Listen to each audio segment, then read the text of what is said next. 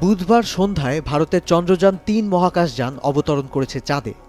ভারতের প্রথম সফল চন্দ্রাভিযান হিসেবে শুধু নয়, অন্য এক ইতিহাসের অংশ হিসেবেও গুরুত্বপূর্ণ এ ঘটনা। চাঁদের দক্ষিণ মেরুর কাছে অবতরণ করেছে চন্দ্রযান-৩, যেখানে এর আগে কোনো মানুষ বা মহাকাশযানের বিচরণ ঘটেনি। আর তাতে পৃথিবী সৃষ্টির রহস্য সমাধানের আরও এক ধাপ কাছে পৌঁছে গেছে গোটা মানবজাতি।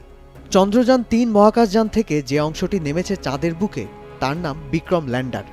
এ ল্যান্ডার বহন করছে প্রজ্ঞায়ন রোভারকে, যার কাজ হবে চন্দ্রপৃষ্ঠের পাথর ও খানাখন্দ থেকে নানা রকমের তথ্য সংগ্রহ করে পৃথিবীতে পাঠানো।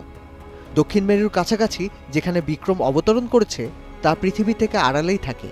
এসব জায়গা সম্পর্কে যতটুকু তথ্য জানা যায় তার পুরোটাই আসে স্যাটেলাইট থেকে। তবে চাঁদে অবতরণের পর যেসব তথ্য পাওয়ার সম্ভাবনা সৃষ্টি হয়েছে তার কাছে স্যাটেলাইটের তথ্য তেমন কিছুই নয়। বেশিরভাগ সময় সূর্যের উজ্জ্বল আলোয় আলোকিত থাকলেও চাঁদের দক্ষিণ মেরুতে থাকা এসব গর্তের ভেতরকার অংশে ও আশেপাশের নিচু এলাকায় খুব একটা আলো বা তাপ পৌঁছায় না। ফলে ছায়াঘেরা এসব অঞ্চলে খোঁজ মিলবে সৌরজগতের আদি পর্যায়ের নানা চিহ্নের। এখানকার তাপমাত্রা হিমাঙ্কের অনেক নিচে, প্রায় -170°C।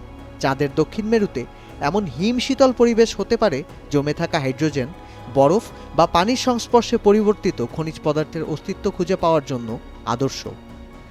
থার্মাল রেডিওমিটার ও স্পেকট্রাল ডিটেকশন প্রযুক্তির মাধ্যমে এ ব্যাপারে আগেই নিশ্চিত হওয়া গেছে। তবে এবার দেখা যাবে চাক্ষুষ চাঁদে আসলেই কি পানি আছে কিনা। আর তা থেকে হয়তো জানা যাবে পৃথিবীর সৃষ্টির প্রাথমিক পর্যায়ে ঠিক কী ঘটেছিল তা নিয়ে চমকপ্রদ নানা তথ্য।